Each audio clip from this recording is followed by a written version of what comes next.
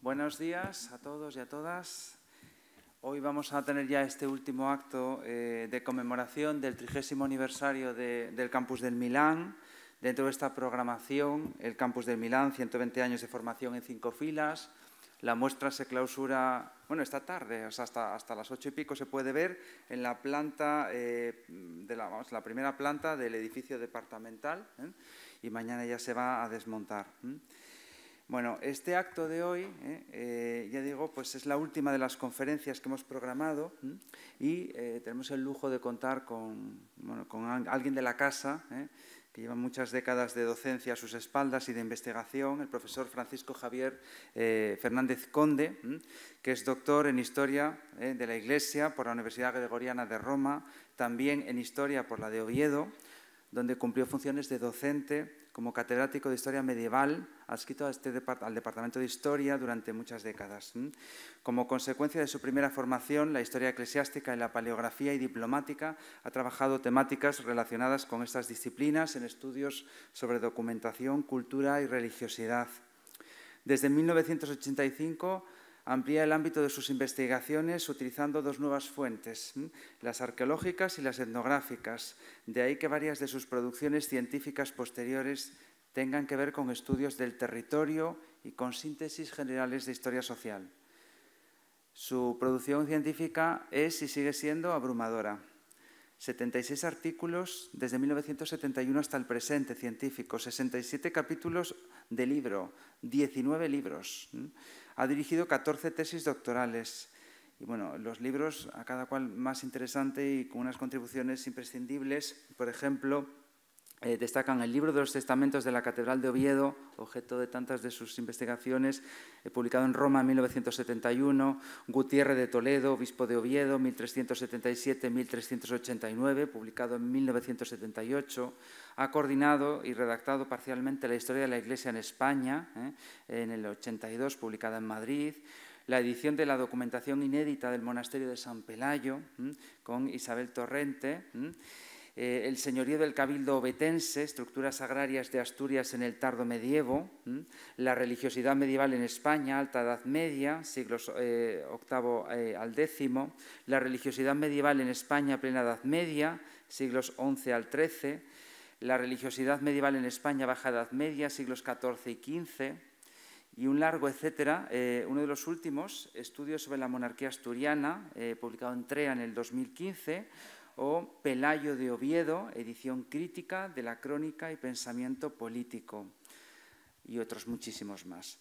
Además, ha comisariado la exposición Orígenes, Arte y Cultura en Asturias, siglos VII al XV, y fue decano entre 1986 y 90 de la Facultad de Geografía e Historia. Y hoy nos va a hablar, el título de la conferencia es El obispo Ramón Martínez Vigil y el clero español de entre siglos. Cuando quieras. Muchas gracias. Gracias por esa presentación amable que fundamentalmente produce nostalgia después de tanto tiempo. Y hacía años que he dejado la facultad. Para mí es un placer y es un honor el que me hayan invitado a cerrar esta conmemoración de los 30 años de la estancia de las facultades de humanidades aquí. Digo facultades, ahora es la Facultad de Humanidades, pero antes eran facultades. Recuerdo también, yo no era decano cuando se bajó, ya era Rodríguez Asensio, el profesor Rodríguez Asensio, y sí, pero en el año anterior lo era. Rosa Cid, que no sé si es que está por ahí, pues era compañera mía en el decanato y trabajamos para venir a este campus.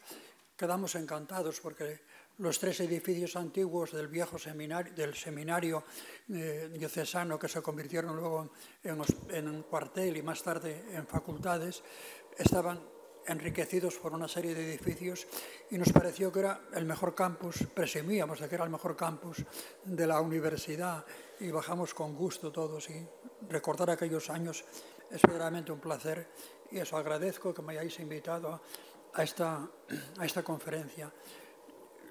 Yo me enfrenté con la figura de Martínez Vigil, bueno, con el miedo que tiene todo historiador a meterse en un campo que no es el suyo. Yo soy medievalista, como sabéis, fundamentalmente, y claro, cuando sales de tu campo, del medioevo, tienes miedo patinar, tienes miedo pues estar metiendo la hoz en mies ajena y siempre tiene dificultades. Traté de acercarme a la figura y a la obra de Martínez Vigil haciendo lo mismo que hacemos en medieval, leyendo primero la bibliografía que existía sobre él. Aquí, entre vosotros, Paco Erice, por ejemplo, tiene un trabajo espléndido en Basilisco de los años 90 sobre su pensamiento social, la aplicación de la Rerum Novarum en Asturias, en Asturias, en la década última del siglo pasado, o del siglo pasado, hace 2 siglos, del siglo XIX. Bueno, y más trabajos de esta casa relacionados con Martínez Vigil. Y luego leí las fuentes. Las fuentes son bastante, no diría que abrumadoras, pero son bastante copiosas. Solamente en pastorales tiene 3 volúmenes gordos, todos de pastorales, y luego tiene varios libros. Yo algunos libros no los he podido consultar porque no los tuve a mano, y me hubiera gustado mucho asomarme a una obra que está inédita, que está, me parece, si mal no recuerdo, en Figueras, en el archivo de Pérez de Castro, que es su diario. Martínez Vigil era un hombre muy meticuloso y todo lo que hacía lo iba anotando y tenía notas. Incluso cuando pasaba, luego lo comentaré, cuando pasaba por las parroquias, en los libros que le presentaban ponía sus notas y algunas son verdaderamente golosas, son verdaderamente guapas, como decimos en asturiano. Bueno, entonces, no quiero que esto sea una conferencia pesada, la voy a contar, más que mantenerme dentro del clima típico de una conferencia, del lenguaje y del estilo, casi prefiero, para no cansaros demasiado, contaros un poco las cosas fundamentales de Martínez Vigil. Hay una primera síntesis que hay que hacer, porque no todo el mundo conoce los años donde vivió, una especie de pequeña sinopsis histórica, biográfica de Martínez Vigil. Después divago un poco hacia la situación político-social de su época, restauración, finales del siglo XIX, para decir rápidamente las obras fundamentales de este obispo. Yo digo desde ahora ya, y haré una valoración final, que me parece que es uno de los obispos que yo conozco bastante bien, por ejemplo, los medievales, sobre todo de la última etapa del siglo XV, siglo XVI, algunos modernos. A mí me impresionó, yo creo que es el obispo que más cosas hizo en la diócesis proporcionalmente, porque su episcopado duró 20 años y no hubo ningún obispo que yo conozca, y conozco bastantes, que tuvieran la categoría de este obispo, o sea, en cuanto a obras. Su pensamiento social, su pensamiento político, lo comentaremos. O sea, la primera parte, como digo, será sinopsis y obras, y la segunda parte un poco aproximarnos con sus textos a su pensamiento social, a su actuación social, y luego también a su pensamiento político y a su actuación política, que tiene cosas que yo descubrí que no conocía, lo confieso. Bueno, una síntesis biográfica rápida. Nace en 1840, nace en Tiñana, aquí al lado de Oviedo. Su padre era maestro. A los meses se marcha a Villoria, cerca de Pola de la Viana, y luego ya residen en Pola de la Viana durante 18 años. A los 18 años se va a Ocaña. Ocaña es un colegio que tienen los dominicos, y empieza la formación de tipo religioso, hace votos provisionales y luego la profesión de dominico, y a los 24 años, estamos por lo tanto en el año 1864, a los 4 años le mandan a Filipinas. En Filipinas los dominicos tenían una provincia muy importante que era el Rosario, y sobre todo destaca en esta época la Facultad de Cánones, Teología y Filosofía de Santo Tomás. Posiblemente era, sin duda alguna, la mejor universidad que tenían los dominicos, y se parangonaba con las mejores del mundo, sobre todo eclesiásticas. Era muy importante. Parecería que iba a misiones, pues no.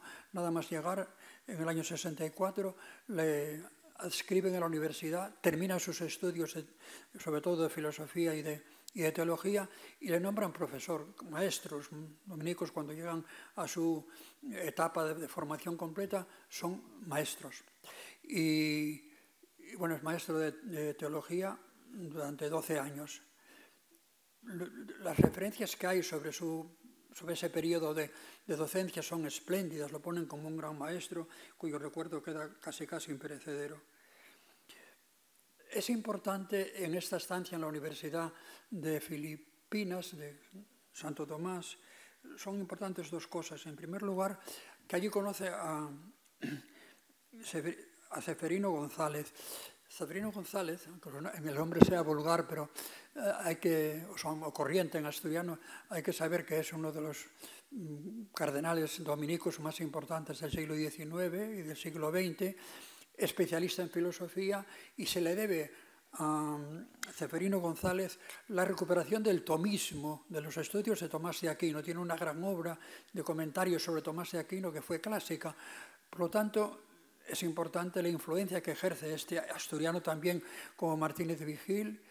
Es importante, como digo, porque influyó en su filosofía. Él seguirá siendo toda su vida un tomista y su sistema filosófico será el tomismo. Y luego otra cosa también de notable interés en este periodo de formación y de magisterio es que ya a los 2 años crea él mismo, por encargo de alguien, no sé exactamente de quién, un museo de historia natural.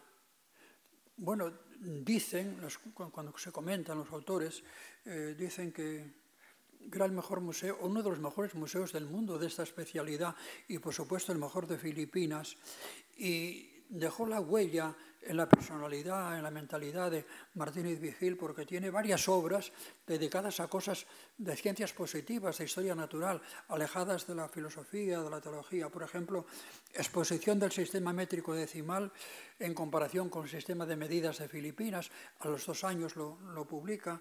Después tiene rudimentos de geografía descriptiva, particularmente de las Filipinas. Sabéis cómo tiene una querencia especial a las ciencias que llamaríamos naturales.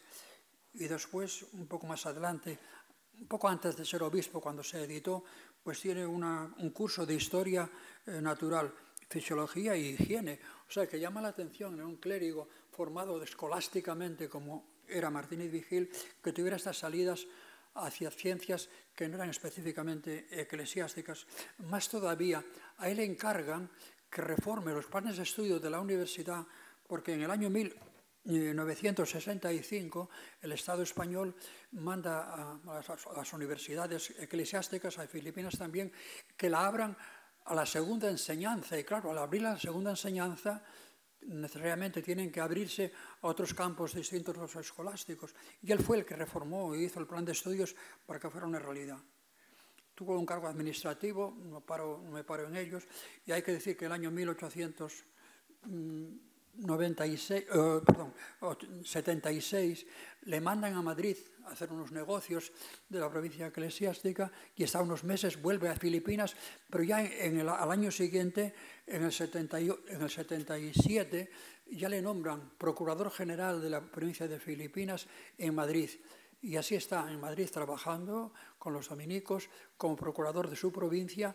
Y yo creo que fueron años fecundos para él, esos son 5 años aproximadamente los que está como procurador, porque se mete en muchísimos negocios, en muchísimas obras, hace viajes, viaja 3 veces al extranjero, tiene relaciones políticas muy importantes, y es cuando conoce y trata con profundidad a Alejandro Pidal y Mon, que es un poco el líder de un grupo grande del Partido Conservador de ese periodo. O sea que fueron años como de aprendizaje. Le nombran obispo en el 1884, pero bueno, fue un nombramiento, yo quiero pararme un poquitín en este nombramiento, fue complicado. El nuncio, Mariano Rampola, que luego va a ser famoso porque va a ser secretario de Estado con San Pío X, unos años más tarde, Rampola se opone al nombramiento de obispo de Martínez Vigil. ¿Por qué? Hace una especie de encuesta, como es preceptiva en todos los nombramientos de obispos, y hay varias cartas que ponen reparos a Martínez Vigil. Y es llamativa la carta que le escribe a Rampola el obispo Guisasola, que era obispo de Orihuela, Guisasola, asturiano como él, y pariente de la familia del gran Guisasola cardenal de unos años más tarde, que va a ser famoso en Asturias y en España por su pensamiento social juntamente con Arbolella, pero no tiene nada que ver con el cardenal Guisasola. Bueno, escribe una carta de respuesta a la información que le pide el nuncio, que es una carta, yo diría que bastante dura. Dice que la familia de Martínez Vigil en Asturias es muy poco ejemplar. Tiene un hermano que se embriaga, que es un borracho, que tiene actitudes muy negativas, que es sacerdote además, que renuncia al sacerdocio, que le meten en la cárcel por delitos un poco extraños, que luego al final que se hace protestante, al final jura y después sale de la cárcel y se va a Cuba y muere en una batalla de la guerra de Cuba, de la guerra de la independencia. O sea, que no era un buen ejemplo. Y el padre dice que este obispo asturiano, Guisasola, y el padre era también, adolecía del vicio de la embriaguez y que era pobre, etc. Y que iba a ser un mal ejemplo que un hijo y un hermano fuera obispo de Oviedo. Pero donde pone el énfasis más fuerte Guisasola es en sus relaciones de amistad con Alejandro Pidal y Mon, que es el grupo de Alejandro Pidal y Mon tiene como órgano de expresión la Unión Católica, que es uno de los periódicos importantes de la época. Y dice este obispo Guisasola de Martínez Vigil que claro, va a ser un mal ejemplo para Asturias, que va a estar condicionado por este cacique famoso Alejandro Pidal y Mon, y que no va a ser fácil que pueda ser un buen obispo. Se intercambian varias cartas, es interesante el proceso, y al final Alejandro Pidal y Mon entra en el partido, entra en el gobierno, le nombra de Cánovas, se nombra ministro de Fomento, y claro, ya no, Rampolla no puede seguir negándose y ya informa a la Santa Sede para que le nombren obispo en este año. Bueno, se ordena o se consagra en Madrid y ya viene Oviedo obispo consagrado.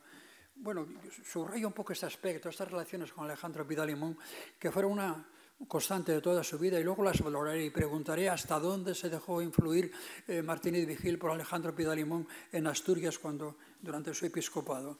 Su episcopado, por lo tanto, son 20 años, 1884, 1904, que muere en Gijón, en una casita que preparó con una capilla en Somió para residencia de verano, donde también vivía Alejandro Pidal y Mon, o sea que la relación era como íntima. Antes de seguir adelante y puntualizar sobre las obras un poco, quiero hacer un pequeño, no soy especialista en historia contemporánea, pero a lo mejor no todos los que están aquí tienen ideas como muy fijas o muy claras sobre la vida política de la época. Ya sabéis que el año 1868-74 es la época del famoso sexenio democrático, se llega a la República y es una revolución de pocos años, 6 años, sexenio revolucionario, y es la época de una revolución fracasada. En el año 75 se restaura la monarquía, época de restauración, en la figura de Alfonso XII, y en el año 1876 se redacta la Constitución. Una Constitución imbuida por los principios del liberalismo político, que la Iglesia tiene dificultades con ella. Hay 2 puntos donde la Iglesia española en general, tiene dificultades con esta Constitución. Es básicamente un artículo que habla de la tolerancia religiosa, nuevo en la España confesional de siempre, y luego un segundo artículo donde habla de los controles de la enseñanza, que para nada se los concede de modo absoluto a la Iglesia. O sea que fue una Constitución por la que rigió este periodo, hasta el otro día, hasta la Constitución hasta de la República, que fue mucho tiempo, por lo tanto, y que bueno, frente a ella, la posición de Martínez Vigil, ya comentaremos un poco más adelante cómo fue. ¿Qué partidos políticos había en Asturias? Solamente enumerarlos. En primer lugar, el Partido Conservador, donde los miembros de la Unión Católica y Alejandro Pidal y Mon pues eran los más significativos. El Partido Liberal, que tenía poco vigor, poca fuerza. En algún momento leí en algún sitio que, como ejemplo del poco arraigo del Partido Liberal en Asturias, en 1891 solo tuvo un representante para las Cortes de Madrid. Luego estaba el Partido Carlista, ya ha venido muy a menos después de la derrota militar, prácticamente los miembros del carlismo que había en Asturias, que yo tuve bueno, la suerte o no sé, la curiosidad de que estoy trabajando sobre un monasterio de cisterciense, el de Santa María de Belmonte, y encontré en Corias y en Belmonte residuos de carlismo en esa época todavía. Pero bueno, los carlistas que había se incorporaron enseguida al Partido Conservador de Alejandro Pida-Limón, de la Unión Católica, y solo a principios del siglo XX, algunos pequeños círculos rurales, revive el carlismo. Volveré sobre el carlismo porque bueno, es interesante para seguir toda la evolución de este obispo. El Partido Republicano estuvo prohibido en España hasta 1881, 3 años antes de ser obispo Martínez Vigil, y cuando era obispo ya estaba permitido, ya era legal. Deciros solamente que, bueno, este partido, aparte de lo que era el partido como tal, contaba con personalidades importantes, el Partido Republicano en Asturias, como era, por ejemplo, Clarín, Manuel Pedregal, Adolfo Álvarez Huilla, con los que tuvo relaciones y trataremos después así despacio sobre la marcha. El Partido Socialista se fundó en el año 79. Parece que fue muy importante el paso por Oviedo de Pablo Iglesias, porque a partir de esa estancia en Oviedo, en Asturias por lo menos, que ya estaba en marcha un movimiento obrero relativamente importante, con cierta densidad, se fueron clarificando las matices, las características de lo que era organización política y lo que era organización sindical. El futuro SOMA, que luego se une a UGT dentro de unos años. La relación de Martínez Vigil con el Partido Socialista, ya en otro momento tendremos ocasión de hablar de ella. ¿Cómo era la sociedad asturiana?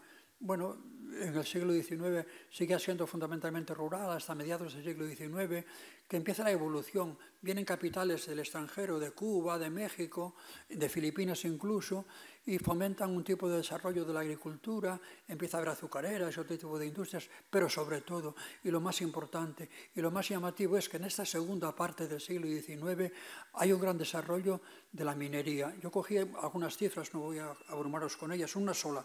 En 1886, 2 años después de la estancia de Martínez Vigil como obispo en Oviedo, Asturias producía 469.000 toneladas de carbón.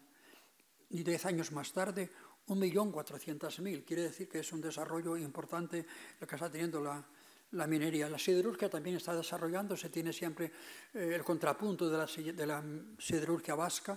Se desarrolla, pero con más lentitud, no tan fuerte y tan intensa como en países, en las Vascongadas, por ejemplo, en el mundo vasco.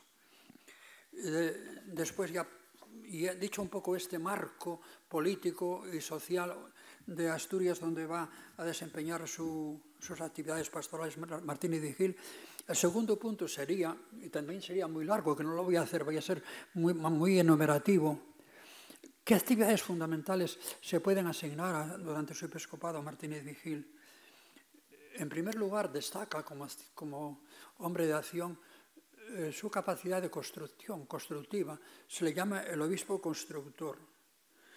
La primera obra grande que se le atribuye y también dedica a ella la primera pastoral es Covadonga. Covadonga, Sanci Forés, un obispo antecesor a él, en Asturias, había renovado completamente Covadonga, la cueva, la colegiata de San Fernando, las casas de los canónigos, y había empezado la catedral, como es bien sabido. Yo creo que la empezó, bueno, todo el mundo lo dice, que la empezó de mala manera, porque sin planos, con Frasinelli, que no era arquitecto, incluso terraplanó el pico del Cueto, donde se abrió la catedral, y comenzó las bases, puso la primera piedra de la catedral. Pero tengo la impresión de que este buen obispo, Sanci Forés, que lo fue, que no sabía muy bien dónde iba con ese edificio. Martínez Vigil va a Covadonga y le impresiona y quiere convertir aquello un poco en símbolo de la España católica. Dice, por ejemplo, en la pastoral sobre Covadonga: Covadonga, cuna de la nacionalidad española y de la dependencia de la patria y fundo solariego de nuestros monarcas. Tiene un discurso que es típicamente covadonguista, diríamos hoy, sobre Covadonga, y empieza a plantearse en serio llevar hacia adelante la basílica. En 1886, a los pocos años de estar en Oviedo, los 2 años, ya tiene un arquitecto llamado Federico Aparici que hace los planos de la Basílica de Covadonga, los planos de verdad, los planos definitivos, y fijaros, Bueno, los planos los aprueba la Real Academia de San Fernando en ese año 96, y 15 años más tarde, 1901, es consagrada la Basílica de Covadonga. Segunda obra importante, el nuevo seminario. Estamos casi en él, los edificios adjuntos, los tres edificios departamentales de este campus son el seminario que construyó Martínez Vigil.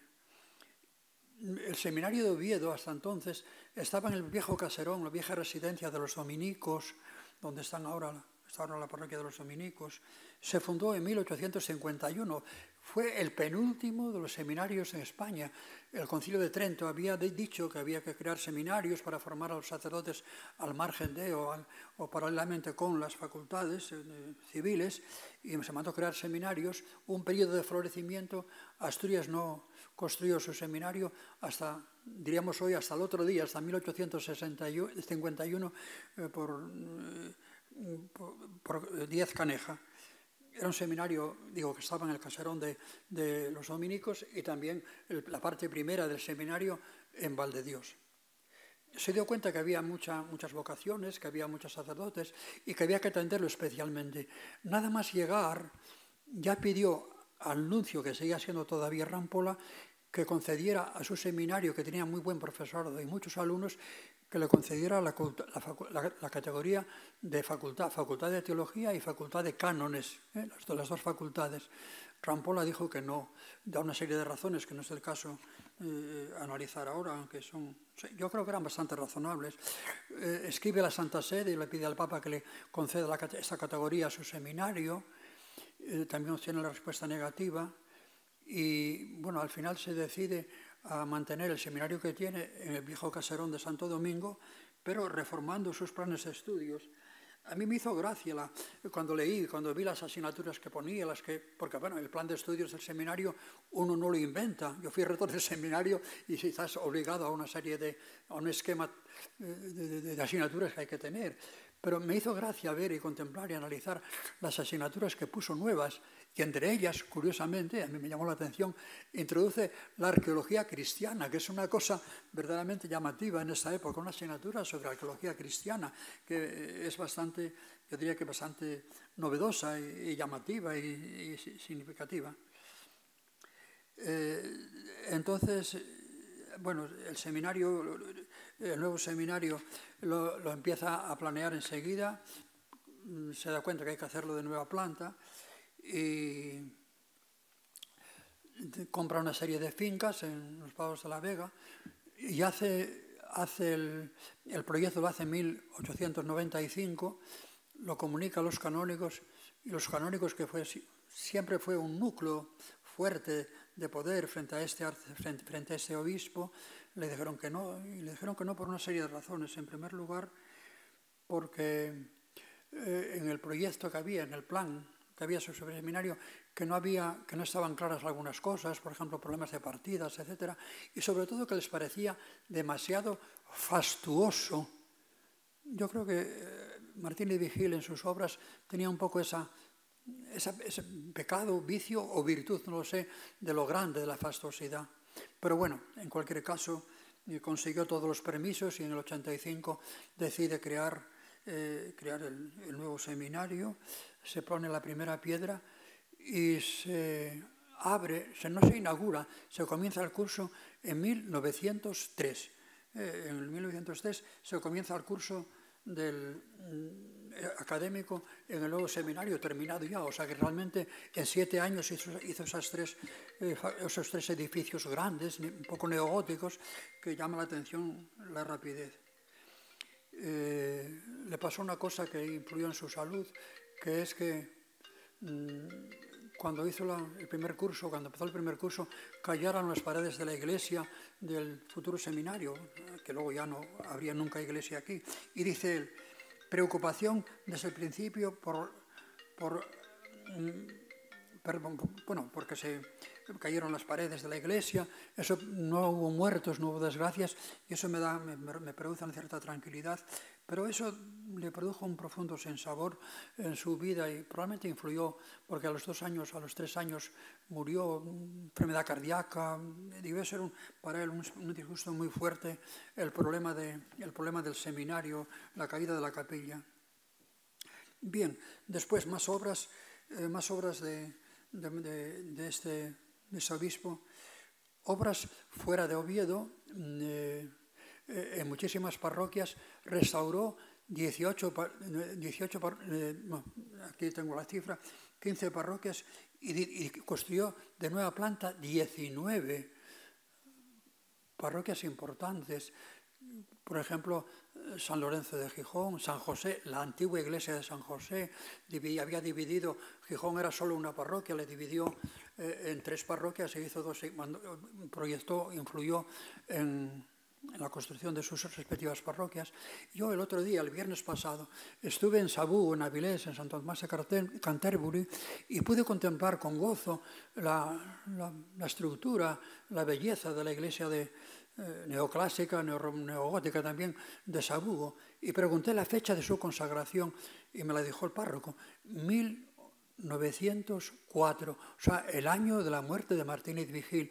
Seguramente, con toda seguridad, que los planos de esa iglesia fueron los planos que sirvieron para la Basílica de Covadonga, y bueno, que la obra es de Martínez Vigil. ¿Y hasta qué punto era un simple espectador de las obras que se ponían en marcha en las parroquias para construirlas? No, él participaba incluso activamente. Como anécdota, una anécdota de tantas que hay en la vida de Martínez Vigil, es que en la primera visita pastoral fue a Pola de la Viana y vio que la parroquia estaba fuera del núcleo urbano de Pola de la Viana a 1 kilómetro aproximadamente.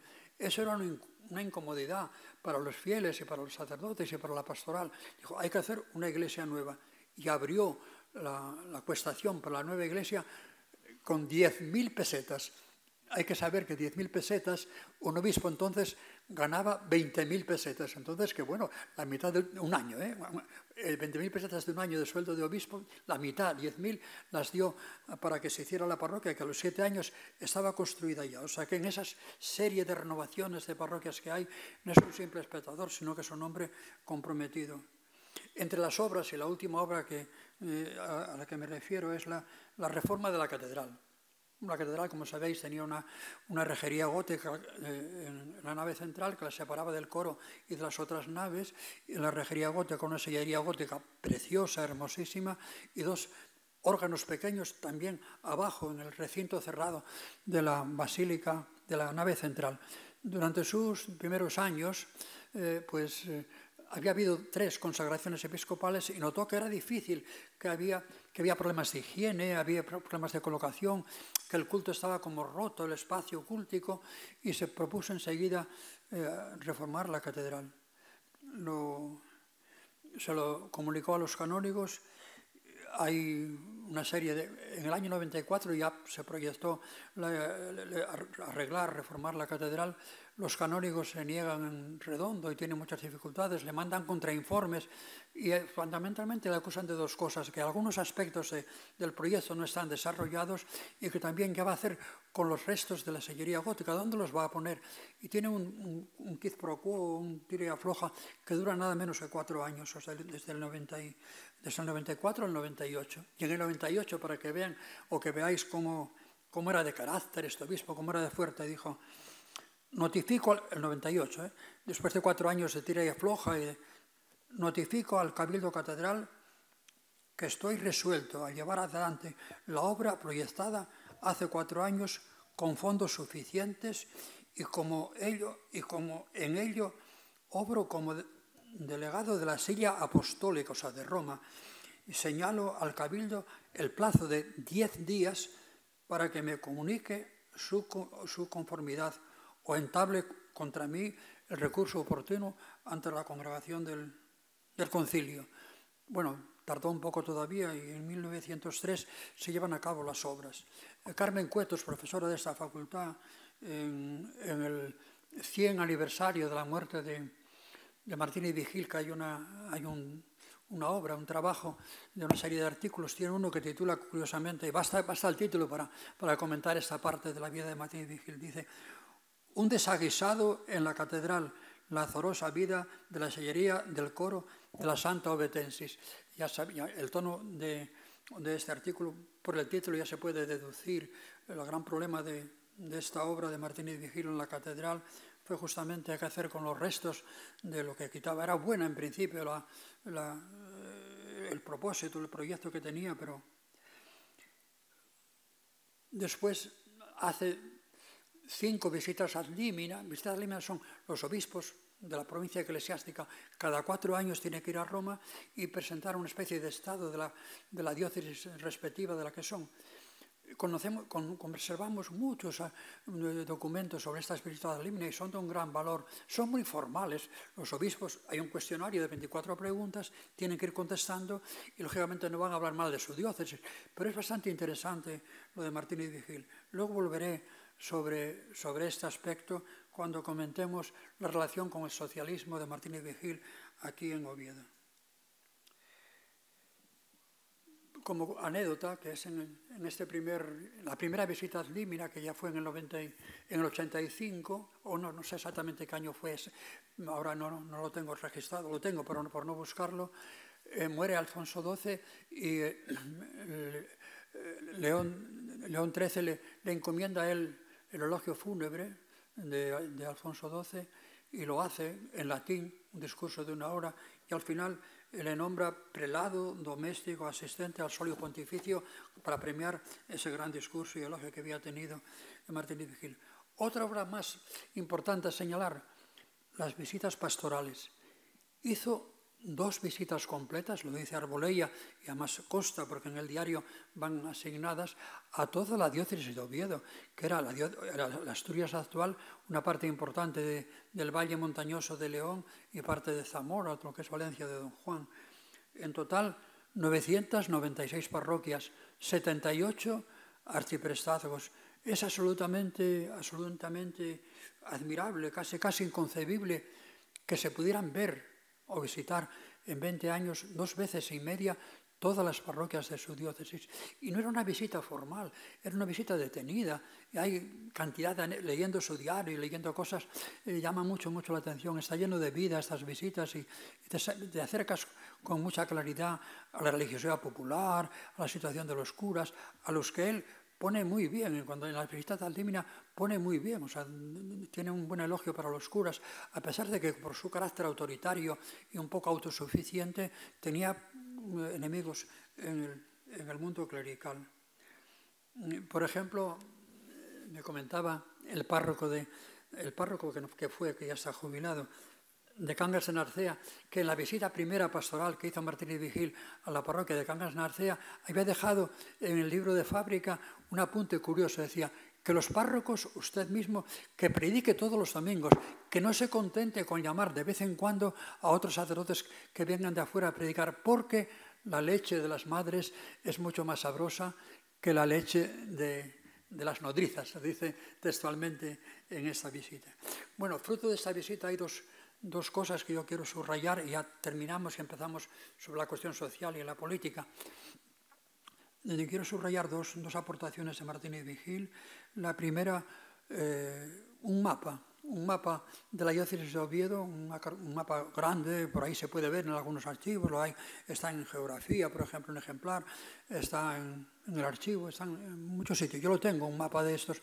Se publica en 1894, o sea, terminada ya la primera visita pastoral. Son de un valor extraordinario.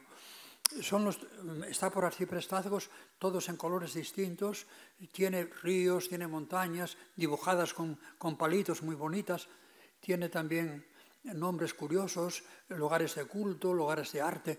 Es un mapa precioso. No tiene, por supuesto, el rigor que tiene la cartografía contemporánea, pero bueno, es un mapa completísimo de información.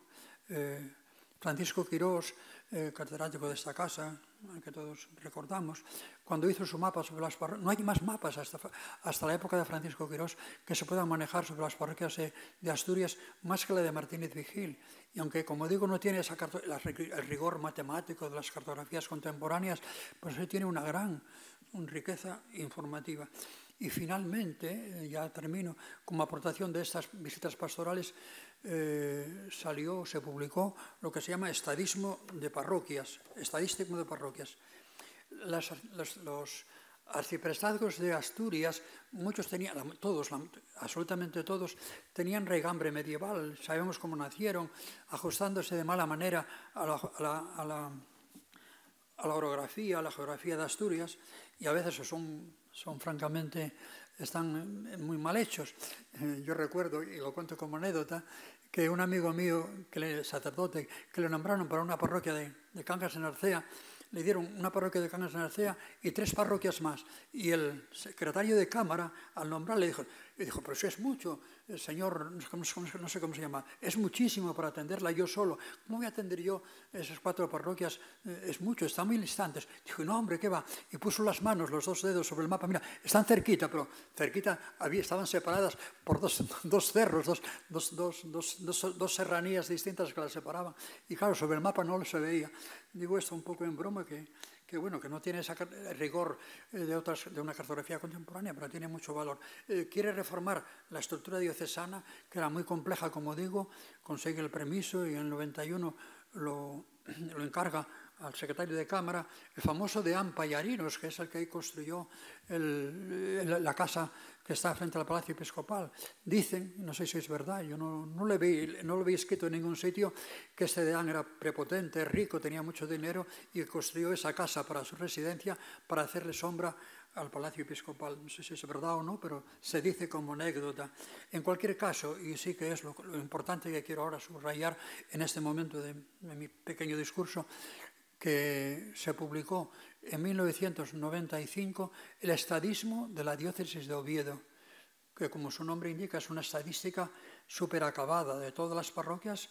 Recuerdo, 296 y 78 arciprestazgos, está elaborada por arciprestazgos, tiene el nombre de las parroquias, si son filiales, si son propias, la categoría de las parroquias, que había 5 categorías de parroquias, los nombres de los curas, el número de fieles, el número de bautizados, el número de matrimonios, el número de cumplimiento pascual, el número de muertes. O sea, yo creo que es la estadística del siglo XIX finales más completa que tenemos en Asturias. Y bueno, esto es obra de él porque la mayoría de las cosas se hicieron con apuntes de él. Y bueno, ya es muy... Me entretuve quizás demasiado porque la magnitud de Martínez Vigil es grande y por eso es difícil cortar. Hay 2 cuestiones que quiero tratar sin extenderme mucho, que son Martínez Vigil, la cuestión social en primer lugar, y en segundo lugar sus planteamientos políticos. La cuestión social en España, lo digo un poco a prisa y corro, en España, en el siglo XIX, como en otros países, está construyéndose, creándose, tomando conciencia pues la clase obrera, el proletariado como clase social contradistinta de las clases dominantes. Si hasta entonces la pastoral de la Iglesia, la pastoral fundamentalmente provenía de una consideración de todas las organizaciones que no fueran inspiradas en lo católico, pues un poco sospechosas o peligrosas, pues mucho más la cuestión social. Con el crecimiento de las clases sociales fuertes del proletariado, empieza a haber en España una nueva pastoral, que se llama una pastoral social, que tenía una serie de planteamientos que son discutibles, pero que se intentan. ¿Cómo fue el pensamiento social de Martínez Vigil? Y enseguida, en 1891, se publica la Rerum Novarum. Él la publica, el texto sin traducirlo, en latín, en el boletín, que lógicamente no lo leía nadie, y tiene una pastoral 2 años más tarde, en 1893, sobre la voz del Papa. Francisco Erice tiene un artículo precioso estudiando, analizando la aplicación de la Rerum Novarum en Asturias, fundamentalmente en Asturias, y no quiero insistir mucho en ello. Básicamente, bueno, el pensamiento social de Martínez Vigil, yo diría que podía reducirse a lo siguiente. La carta pastoral se titula La limosna y el título ya es significativo. Quiere decir, él plantea como objetivo para superar las rupturas sociales que la limosna es el medio más adecuado. La superación entre las contradicciones de los poderosos y de los ricos sería pues la limosna. Y después, más adelante, en esa misma pastoral, da una serie de... defiende la propiedad privada con bastante fuerza. Bueno, le deja una especie de paréntesis diciendo que tengan en cuenta los ricos que tienen bienes, que los bienes no son suyos sino son de Dios, que son puros administradores. Pero esa pequeña crítica, diríamos, al abuso de los bienes personales no sirve para arreglar absolutamente nada. Bueno, y en esta pastoral sobre la limosna da una serie de consejos y sugerencias, primero a los patronos, después a los obreros y finalmente al Estado. ¿Qué les dice a los patronos? Que se porten con los obreros como padres. ¿Qué les dice a los obreros? Que se den cuenta que la desigualdad social que no es una cosa de entonces, sino que es de siempre, y les predica, bueno, que no se obstinen en reivindicaciones sociales, viene a decir, que la limosna arreglaría esas desigualdades. Y al Estado le da muchos consejos, ¿no? En primer lugar, que abunde sobre la legislación moral de los trabajadores, que se reprima las huelgas, que reparta adecuadamente los tributos, la tributación, a la hora de establecer leyes sobre el particular y una serie de consejos. Y sobre todo, lo que combate, y eso es llamativo y curioso, es la jornada de 8 horas sugerida por la Renovaron y bueno, más o menos que estaba poniéndose en marcha. Y él, Martínez Vigil, pues tiene una crítica a ese proyecto del Estado de plantear por ley las 8 horas de trabajo. ¿Por qué? Básicamente porque dice que no todos los obreros son iguales, que algunos trabajan mucho, pero otros son bastante desidiosos, son vagos, y que esto fomentaría en los obreros, sobre todo en los vagos, dejadez y que sería perjudicial. Y sobre todo que el Estado, si hiciera eso y tuviera otras injerencias, convertiría la propiedad privada en una propiedad colectiva, interviniendo sistemáticamente en las cosas de la propiedad. Y eso para Martínez Vigil pues era un problema. Detrás estaba el socialismo, los círculos de Gijón, de la Felguera, de tipo más extremista, más... Bueno, eso en cuanto al pensamiento social. Corro un poco para tocar un poco todos los puntos. Lo que sí, y es verdad que en su época se ponen en marcha en Asturias los llamados círculos obreros. ¿Qué eran los círculos obreros? Eran asociaciones de obreros de tipo cultural, fundamentalmente, de recreo, incluso tenían sus cajas de ahorros que se establecían. ¿Sabes? El origen de estos círculos obreros que entraban dentro de ese marco de la pastoral obrera son franceses de origen, entran en España fundamentalmente en Valencia y el introductor de los mismos es el padre Vicén en Valencia. Bueno, explica cómo son, para qué son, y básicamente era, como digo, bueno, los obreros, como ya sabéis, en el siglo XIX, primera parte, se suprimen los gremios y se trataba de recuperar para el mundo obrero los privilegios que tenían gremiales, más o menos, sin restaurar los gremios, pero los privilegios que tenían como gremiales. Fue un fracaso en toda España. En primer lugar, bueno, como digo, él colaboró a que se constituyeran 8 en Asturias y después de su muerte se constituyó uno más en Valencia de Don Juan. Y, a decir verdad, pues a nivel general, bueno, si lo comparamos con otros obispos, yo diría que está más por encima de la media. En Valencia, por ejemplo, de todas maneras, había 50 círculos de obreros, pero en otras partes había 2, 3, 4 y en Asturias llegó a haber 8, 9. ¿Qué pasó con estos círculos obreros? Fueron realmente una fuerza interesante para tratar de transformar, de conducir, de evangelizar en cierta medida las masas obreras, el proletariado que estaba en pleno desarrollo. Ciertamente no. Fueron un fracaso, tanto en España en general y en Asturias en particular.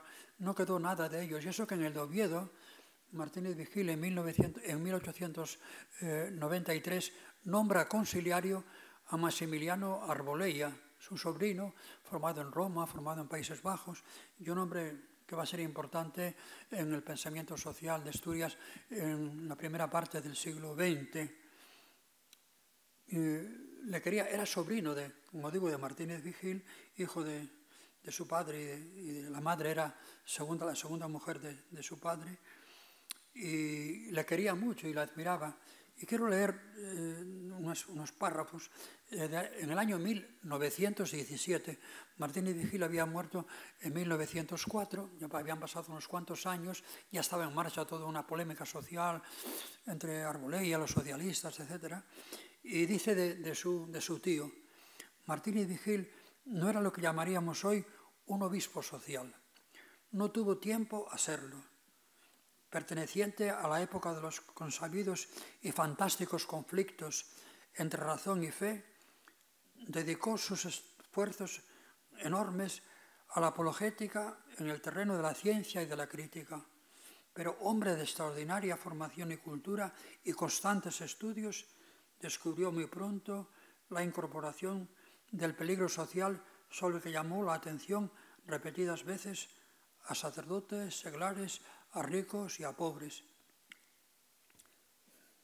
Cierto que en sus escritos y en sus tentativas referentes a este punto se descubre que anduvo un poco a tientas y falto de orientación concreta.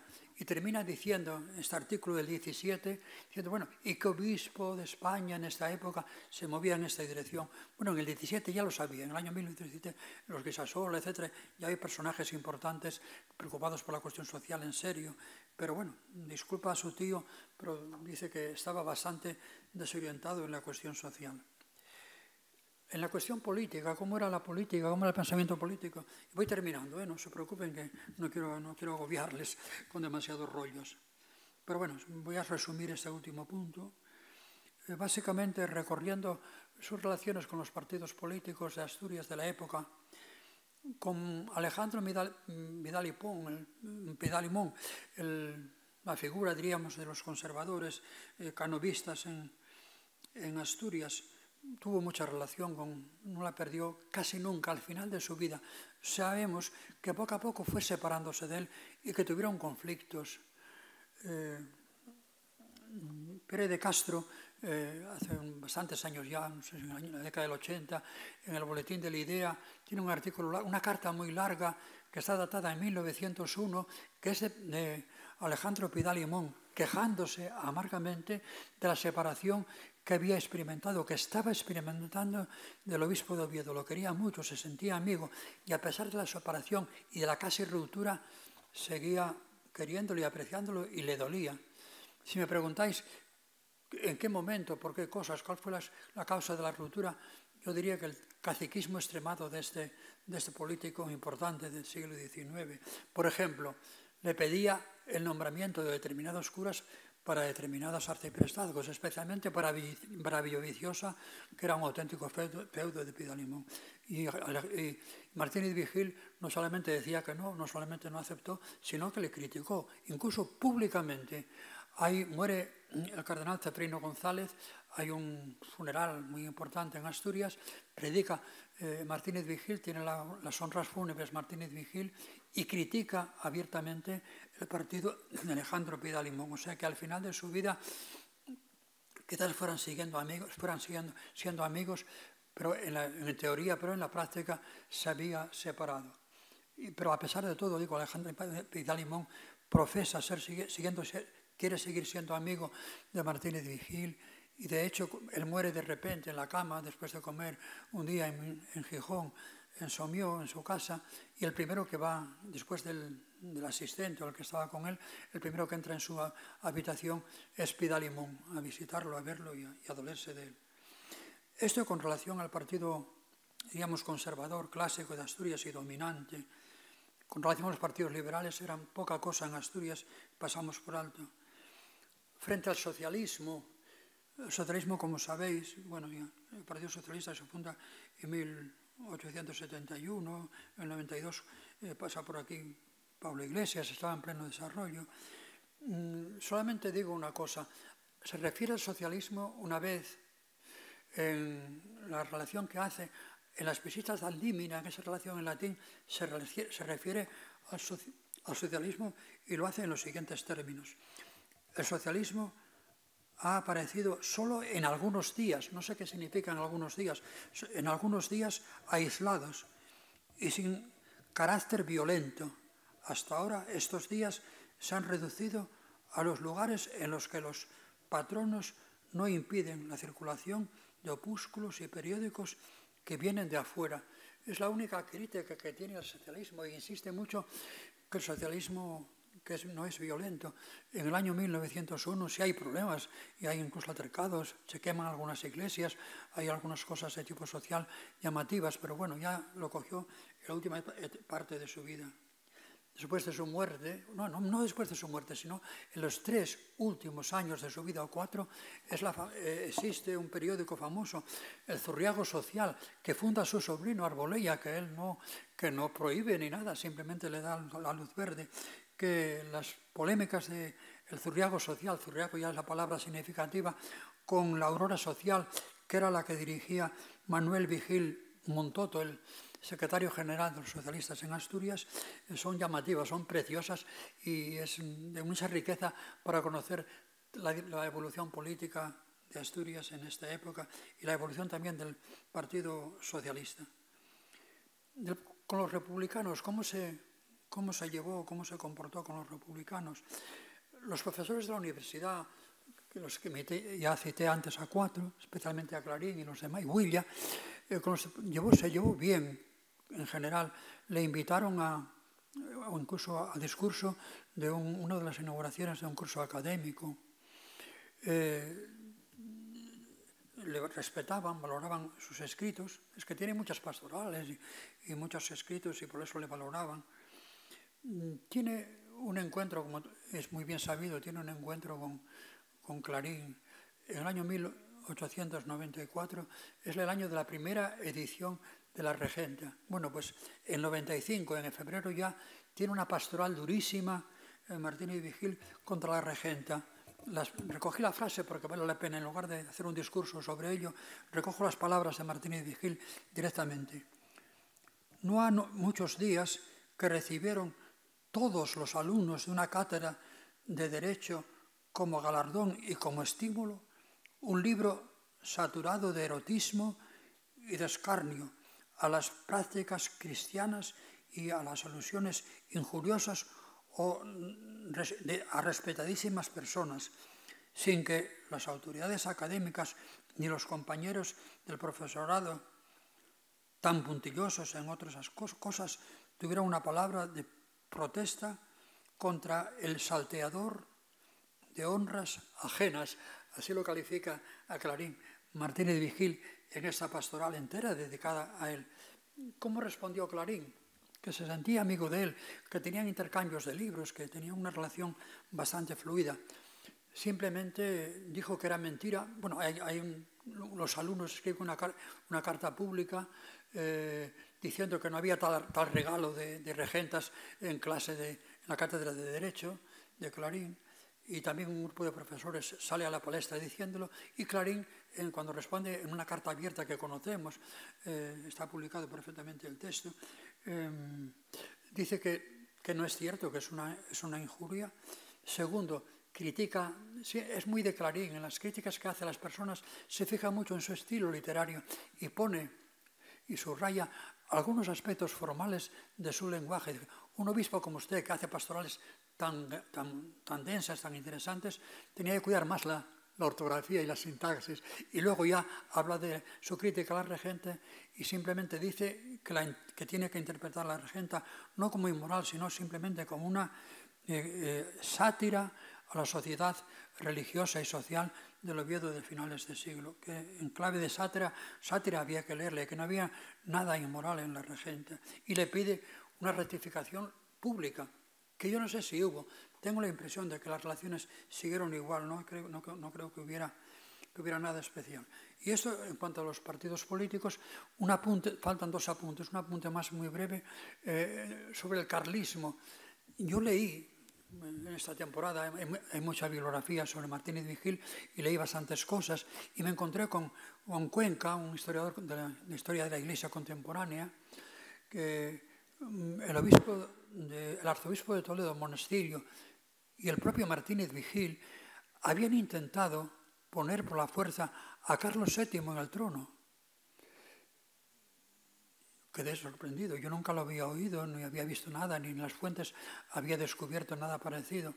Bueno, miré con cuidado todo otra vez, lo repasé, y me parece que es una mala información, que con el carlismo no tuvo nada que ver. Al menos así me parece. Sí es interesante, estoy terminando ya, deme 5 minutos más, sí es interesante el intento de crear un partido que se llamaba la Unión Católica, también un partido católico, que eran dentro de una serie de congresos que había cada 2 o 3 años en España. Martínez Vigil era una persona importante en estos congresos y le encargaron las bases para crear un partido católico que respondiera a las exigencias de la Iglesia frente al régimen.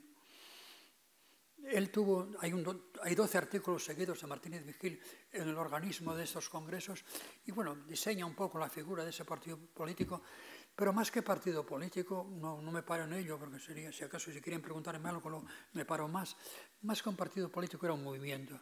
En él llevarían los obispos la voz cantante y básicamente utilizarían pues, el Senado, donde había muchos obispos senadores, durante todos los gobiernos, también las pastorales, las publicaciones. Pedía a los que se apuntaran a ese partido, se adscribieran a ese partido, pues que dejaran sus ideas de partidos políticos. En realidad la Iglesia permitía a todos los fieles que podían ser miembros de los partidos políticos, solamente tenía dificultades con el más radical de la derecha, el de Nocedal, que no admitía en absoluto la sumisión a los obispos y por eso ellos eran bastante contrarios a ese partido. Bueno, Martínez Vigil se movía en esa misma dirección y por eso más que un partido político es un movimiento. Lo que sí yo he visto leyendo todos estos artículos y todo lo relacionado con este proyecto, esta fórmula, a mí se me venía a la cabeza, tenía algunas, y luego lo comprobé, algunas referencias al partido del Zentrum alemán, que en esa época estaba adquiriendo una notable fuerza. Por lo tanto, ese proyecto de partido político nuevo, el Partido Católico, quedó un simple proyecto, porque en realidad, cuando ya se celebra el Congreso de Burgos en el 99, donde asiste Martínez Vigil, dice expresamente que el objetivo de ese partido no era cambiar gobiernos, como era típico de todos los partidos. Por lo tanto, eso quiere decir que no era un partido en sentido estricto, en sentido formal, sino más bien un movimiento. Y termino con unas conclusiones también un poco telegráficas. A mí me parece, y lo dije al principio, que Martínez Vigil fue un trabajador excepcional, casi inconcebible para 20 años de episcopado. Yo no encontré en el episcopologio asturiano ni un obispo semejante. A mí lo que más me alucinó, perdón por la palabra alucinar, lo que más me llamó la atención fue eso, la visita pastoral, Jaray, recorrer Asturias y parte de León y parte de Zamora durante 2 veces y media durante 20 años, es absolutamente impresionante. También me llamaron mucho la atención tantas pastorales como escribió, tantos escritos. Libros no tiene apenas, solo son pastorales. En segundo lugar, me llama la atención su carácter, su talante, su estilo. Yo lo calificaría en una palabra de estilo expeditivo. Se sentía seguro, se sentía bien formado. Llegó a Oviedo, se sentía superior a la formación que tenía el clero de Oviedo. Yo creo siempre con fuerza, con talante expeditivo, y no tuvo inconveniente en enfrentarse a oposiciones dentro del clero especialmente y de una manera particular dentro de la catedral. Pero obró así. Yo creo que se preocupaba de que las cosas se llevaran adelante y las mediaciones, si estorbaban, pasaba por encima enseguida. Otra característica a llamar la atención que me parece que hay que subrayar es su capacidad de gestión. No solamente por sus manos pasó mucho dinero, montó muchas colectas en parroquias, para la Basílica de Covadonga, para el Cabildo de Oviedo, y tenía una capacidad inmensa para conseguir dinero. Después de su episcopado quedaron deudas, pero llama la atención la cantidad de dineros que pasaron por sus manos y las gestiones que hizo para conseguir tantas obras como se llevaron a cabo. Después, con relación a la cuestión social, prácticamente ya lo he dicho en la crítica que le hace Martínez, que le hace Arbolella en ese año 17, a los pocos años 13 años de la muerte de su tío, pues ya lo he dicho, su planteamiento, su posición, su situación en la cuestión social. La última pregunta, y con eso termino. ¿Fue Martínez Vigil un obispo moderno o fue conservador? ¿Fue liberal o fue antiliberal? Es la pregunta que podríamos hacernos como final de este discurso, un poco apresurado y casi telegramático, porque no había manera de hacer otra cosa. Hay un artículo publicado se hace en el año del aniversario de la publicación de las Regentes, hay una miscelánea, y Julio Vaquero tiene un artículo justamente planteándose esa pregunta, si es Martínez Vigil un liberal o un antiliberal de su época. Vaquero dice abiertamente en su artículo que es profundamente antiliberal. Yo admito que sí, pero matizando un poco la dureza del juicio de Vaquero. Martínez Vigil, por ejemplo, en el tema de... tiene una pastoral en el año 1887 que titula El naturalismo religioso en política, crítica abierta a ese naturalismo social. Es una crítica radical a una concepción social y política naturalista, o sea, que no está inspirada ni en el Evangelio ni en la doctrina de la Iglesia, sino simplemente en la propia estructura social humana, y a partir de ahí se elabora toda una teoría del Estado, de las relaciones sociales, etc. En ese sentido, y los planteamientos de tipo liberal están en la base de la Constitución de la Restauración en 1875. En ese sentido, él lo critica abiertamente en esa pastoral del naturalismo religioso y político que critica abiertamente. Y luego tiene otra cosa que también hay que reconocer, lo que llamaríamos providencialismo histórico. O sea, la historia tiene sus leyes, hay que explicarla desde dentro, de una manera secular, sin referencias providencialistas. Él tiene una visión de la historia política, social de la Iglesia radicalmente providencialista. Tiene otra pastoral de 1893 que titula Calamidades públicas. El año 1893 hay una epidemia del cólera en Oviedo, está muy estudiada, es muy conocida. Hubo mucho sufrimiento en Asturias por este cólera y tiene una pastoral. Y cuando explica las causas, dice, leo solamente una frase: los males públicos se deben en última instancia al hecho de haber excluido a Dios de la historia humana. Cuando yo leí este juicio o esta explicación o esta salida a este problema del cólera de esta época, pues me vino a la mente una explicación de alguien con motivo del COVID hace unos meses o el año pasado, no sé cuándo, que trataba de explicar el COVID justamente como un castigo de Dios por los malos comportamientos de los hombres. Bueno, y termino así, diciendo que no fue un obispo liberal en el sentido estricto, leído en clave contemporánea.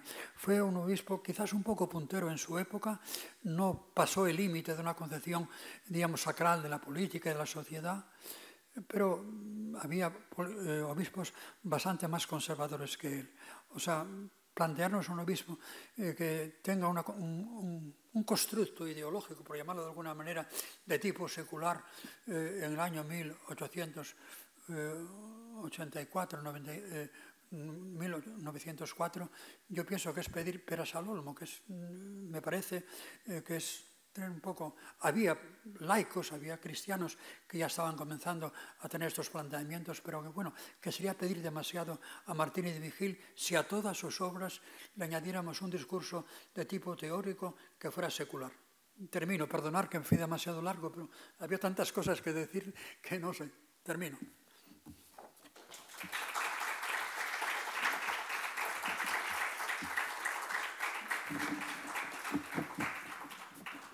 Yo no sé si quieren hacer algún diálogo, alguna pregunta, alguna cosa en la que pasé un poco por alto.